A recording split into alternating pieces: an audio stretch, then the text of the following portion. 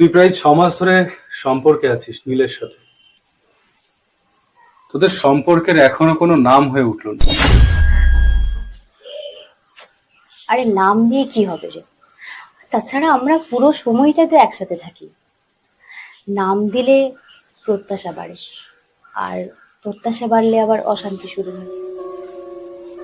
তুই অনেক বোকা অদ্রিজা, ভীষণ বোকা। একে রিলেশনশিপ বলে না, একে বলে সিচুয়েশনশিপ, যেখানে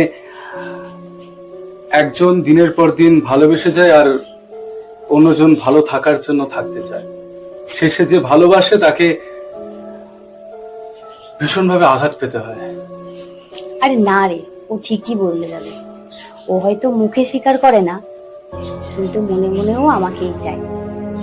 আর দেখবি, আমি আমার পুরো ভালোবাসা দিয়ে ওকে আগলে রাখবো। এমনটা হয় না। তুই নিজেকে সান্ত্বনা দিচ্ছিস। যে ছেলে তোকে সত্যি ভালোবাসবে সে তোকে কোনোদিনও এমন ভাবে ঝুলিয়ে রাখবে না। যে ছেলে তোকে সামাজিকভাবে স্বীকৃতি দিতে পারে না সে তোকে শুধুমাত্র ব্যবহার করছে। নিজের আত্মসম্মান বোধটাকে বজায় রাখ। এভাবে ছেলে মানুষই করিস না।